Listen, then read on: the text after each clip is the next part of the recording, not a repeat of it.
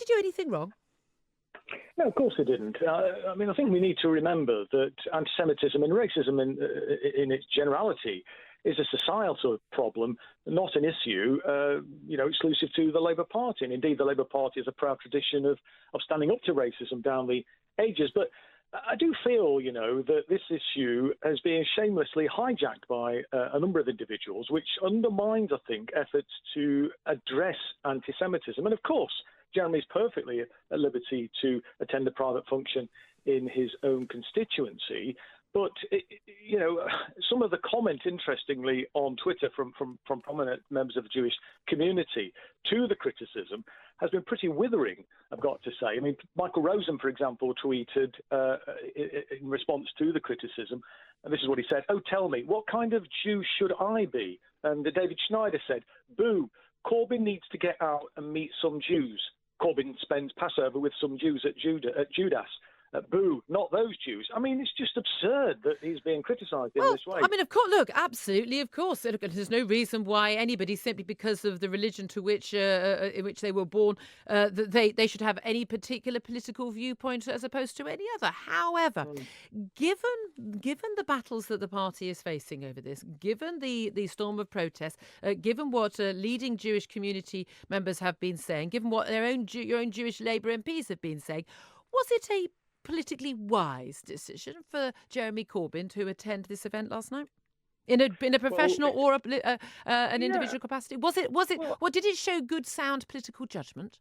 Well, I believe it did. Absolutely. It did. I mean, it's an absurd situation when the leader of the opposition spends time at Passover with members of the Jewish community and is criticised for that. Do you know, Julia? No, he hasn't. No, he hasn't been criticised for that, has he? Oh. He's been criticised for spending time with people who've been critical of those who are worried about anti-Semitism. If you say you're going to root out anti-Semitism in the party, and then you spend time with people who say that there isn't really an anti-Semitism problem, it's all being cooked up, then it might be possible for people to read into that maybe Jeremy Corbyn isn't serious about rooting out anti-Semitism. Well, that's just ridiculous, Is it? Julia, if you don't mind me saying so. Look, I mean, again, let me quote David Baddiel, another tweet that he put out yesterday, where in response to a comment like what you just put forward there. And he said that, no, it's not wrong thing to do. He said they're just Jews who disagree with other Jews, which means Jews. So he's spending time with members of the Jewish community. That's perfectly acceptable. But I've got to say, Julia, the media framing of this whole story, never mind about here we go. Let's just consider the media framing of this issue. The media has ignored the fact that Tory MEPs have got links with anti-Semitic parties in the European Parliament. They've ignored the fact that if you just a cursory look at any Tory Facebook group, you see all sorts of appalling racist views. None of that's appeared in the media. They've ignored the political motivation of some of the most prominent critics of Jeremy Corbyn who are using this issue to criticise him, and also are ignoring other Jewish voices. They've got a legitimate point of view. But no, it's ignoring other Jewish voices. That the fact of the matter is, the Board of Deputies of British Jews and the Jewish Leadership Council do actually represent the majority of the Jewish community in this country. Is the media cooking this up? Gideon Falter, chairman of the Campaign Against Anti-Semitism, said that what happened last night, Jeremy Corbyn's decision to attend that event, following the events of the past few weeks, he said, is a very clear two-fingered salute at mainstream British Jewry. Well, what do they mean by mainstream British Jewry? I mean, the British Board... Well, we talk about Muslim community leaders an awful lot, don't we? These are Jewish community leaders. Well, so you listen to Muslim community leaders, but not Jewish community leaders. Is that right? Just want to clarify, Julia. That again is very unfair. I'm asking you a question. Well, I'm just responding to you. Jeremy has asked for a meeting with the Board of Deputies and the Jewish Leadership Council. They've refused to meet him so far. So Jeremy's offered an olive branch. He wants... Yes, they have. And Jeremy is very keen to deal with any form of anti-Semitism. But it's also important to remember, you quote the Campaign Against Anti-Semitism. They commissioned some research recently looking at anti-Semitic views, and it showed that amongst Labour supporters, they're seeing a substantial reduction in anti-Semitic views since Jeremy Corbyn became the leader of the Labour Party. So clearly, Jeremy, as somebody who has stood up to racism and anti-Semitism, which is a form of racism, all his life, it's utterly absurd to try and characterise him in this way. And I come back to the point, Julia, about the media framing. Here we are again talking about Jeremy Corbyn. Why are we not talking about some of the other political parties? It's not about. Well, no, but that's a very good point, Christian, because this is the difference, isn't it? I have no doubt at all that there are anti-Semites and there are racists, homophobes, and goodness, well, in every single political party. I'm sure there. The point is, are they at the top of the party? Are they effectively being endorsed by the leadership of the party? And the answer to that is a clear no, except for the Labour Party. Now, you're a big fan of Jeremy Corbyn, but look, hold on, Julia. Hold on. Have I stated anything that's not true? You're saying that Jeremy is endorsing anti-Semites. That's just simply. He spends most of his life with people who express anti-Semitic views. You know perfectly well. Look, what about the situation? We have Christine Shawcroft over the last week, where she finally was sort of forced to resign from the NDC, again blaming the media, as you've done for her having to leave after she, like Jeremy Corbyn, this inability of people in the senior ranks of the Labour Party to actually look at the facts before they make a judgment on whether it's a tweet or a Facebook post or anything. I am looking at the facts, and if you look at the number of complaints that have been made about anti-Semitism within the Labour Party, it's around about 0.03% to 0.0. So it's not a problem? No, I'm not saying that. So it is a problem or isn't it a problem?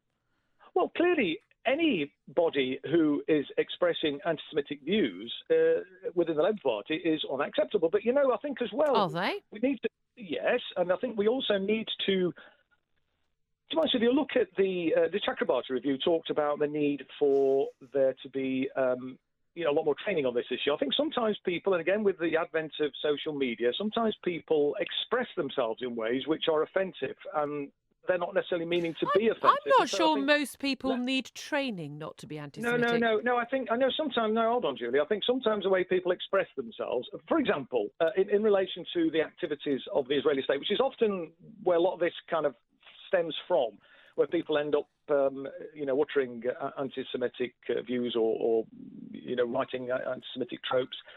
And I think sometimes, not every time, obviously, and where it's done deliberately, clearly, those people have no place in the Labour Party.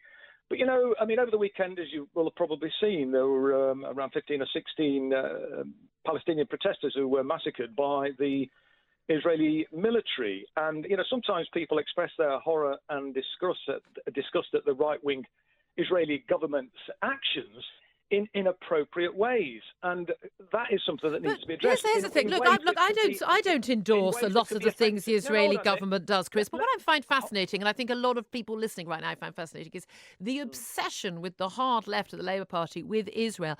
There are a number of Middle Eastern states, and I have to say, when it comes to bad behaviour and murder and torture, I would argue that Israel's probably your best bet in the Middle East if you want to live a happy, peaceful life. And Jeremy and the Labour Party have spoken out incredibly vociferously against all of those human rights abuses that have taken place in the Middle East and indeed, all over the world. And yet this government, continues to do arms deals. Every government does of every political hue. They do.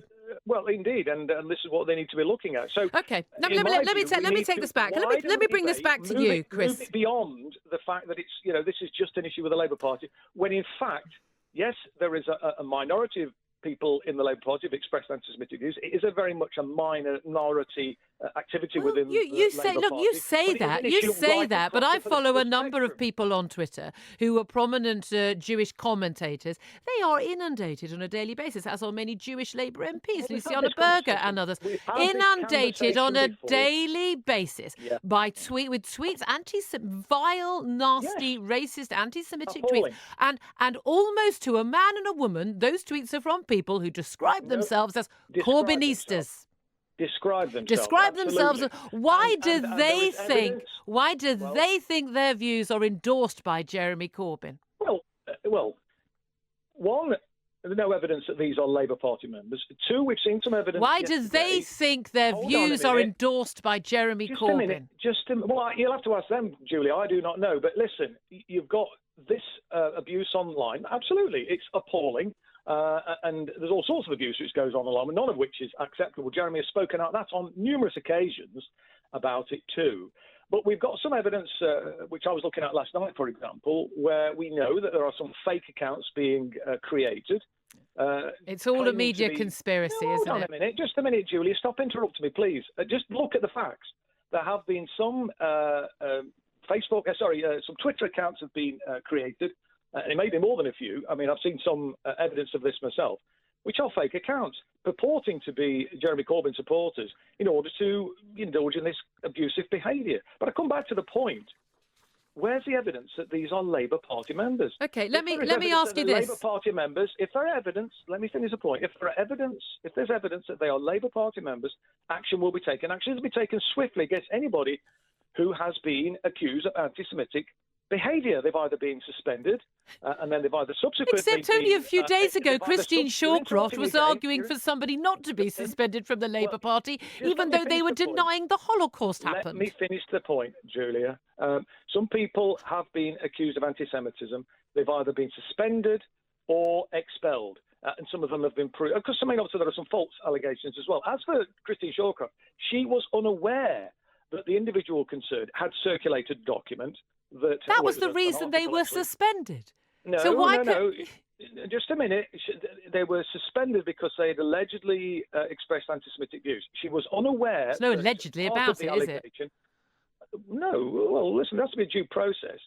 She was unaware that the document or the article that it circulated included a reference to Holocaust denial. The individual concerned actually has also said, and it's also sometimes important to listen to, the people who are being complained about. He has said that he's not anti-Semitic. In that case, then, no, hold on a minute. No, Chris. I mean, seriously, in that case, then it's fine. Let me put this to you. We're short of time, Chris. I'm just trying to finish the point, though. Let me just finish this point. What that individual said is that was a statement contained within an article that he had circulated, and it was circulated within a private Facebook group. And that's okay. Somebody who recent. No, I'm not saying exactly. That. But all of this. I'm only saying what he said. I'm only saying. I know what he said, and that's old news. We don't need to go into that. I'm not interested in him. I'm not interested in some random no-mark Labour Party member. But I am interested in. Reference to it. Yeah, but no, I'm interested. I'm interested in the activities of senior ranks of the Labour Party in dealing with this. Now, you, like Christine Shawcroft, as she was on the NEC previously, now you have said that the anti-Semitism claims are, in your words, proxy wars, and I can't say the word on air, but BS, and that claims of anti-Semitism in the party are a really dirty, low-down trick, and that the weaponisation of anti-Semitism has been for political ends. Do you stand by all that? Well, in terms of the weaponisation, do you stand by all that? Hold on a minute, Julia. Just let me finish. Just ask a question and let me answer. In terms of weaponisation, this is something which members of the Jewish community had said to me. It's not me saying that, it's me referring to what other Jewish people had said.